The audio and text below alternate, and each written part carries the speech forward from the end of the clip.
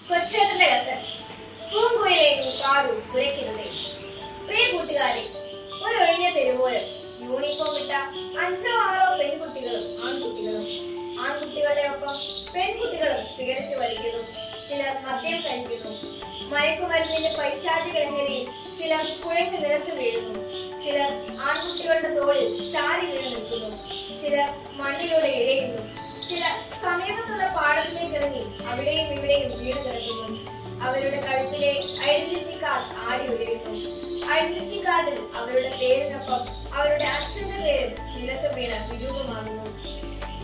സമീപകാലത്ത് സോഷ്യൽ മീഡിയയിൽ വ്യാപകമായി പ്രചരിച്ച പല വീഡിയോകളിലെ ദൃശ്യങ്ങളാണ് ഞാൻ മുകളിൽ വിവരിച്ചത്. കൂട്ടുകാരെ, മാർച്ച് 8 ലോക വനിതാ ദിനമാണ്. വനിതാ ദിനത്തിൽ സ്ത്രീത്വത്തിന്റെ മഹിമയും ഔന്നത്യവും ലോകം വാഴ്ത്തിപ്പാടും. സ്ത്രീ പുരുഷ സമത്വം എന്ന സംസ്കൃത സമൂഹത്തിന്റെ നിത്യലക്ഷ്യത്തിലേക്കുള്ള ദൂരമാക്കാൻ ഫെമിനിസ്റ്റുകാരോട് ഉൾപ്പെടെ നിരവധി സംവിധാനങ്ങൾ തിരക്കുകൂട്ടും. ആദർശവാദികളായി ത്യാഗോജ്വല ജീവിതം നയിച്ച ധീര വനിതകളെ, നല്ല അമ്മമാരെ മക്കൾ സ്നേഹം കൊണ്ട് പുതപ്പിക്കും.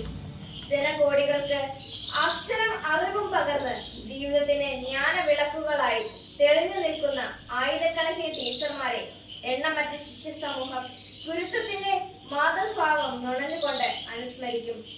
വിവിധ രാജ്യങ്ങളിലെയും മതങ്ങളിലെയും രാഷ്ട്രീയത്തിന്റെയും ധീരമായ നേതൃത്വം നൽകി കുടുംബത്തെയും സംഘടനയെയും സ്ഥാപനങ്ങളെയും എന്തിന് രാജ്യങ്ങളെ തന്നെ വിജയമാക്കി നയിച്ച ലോകത്തെ ഇന്നും അതിശയിപ്പിക്കുന്ന ധീരത്തെ രത്നങ്ങളെ ആഹ്ലാദത്തോടെ നാം പ്രശംസിക്കാം.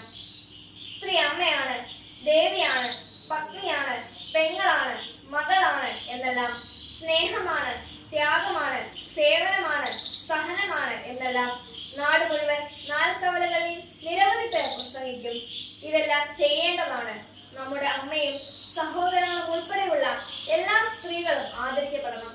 പുരുഷനും സ്ത്രീയും ദൈവത്തിന്റെ മഹനീയ സൃഷ്ടികൾ എന്ന നിലയിൽ സമത്വവും തുല്യതയും പങ്കിടണം.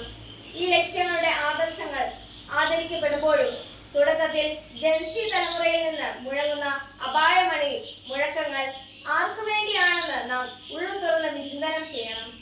പുതിയ തലമുറയിൽ വലിയ ഒരളവ് പെൺകുട്ടികൾ പെൺമയുടെ കുലീനതയും മഹത്വവും അറിഞ്ഞ് അതനുസരിച്ച് ജീവിത മൂല്യങ്ങൾ സ്വായത്തമാക്കുന്നവരാണ്. മാതാപിതാക്കളെ, യുവജനങ്ങളെ ദൈവസ്നേഹം ആദരിക്കുന്ന പെൺകുട്ടികൾ ഏറെയുണ്ട്. എന്നാൽ മദ്യത്തിനും മയക്കുമരുന്നിനും അടിമകളാകാൻ ക്യൂ നിൽക്കുന്ന പെൺകുട്ടികളുടെ എണ്ണം ഭീതി പരത്തുന്നതാണ്. അവർക്ക് എന്താണ് പറ്റുന്നത്?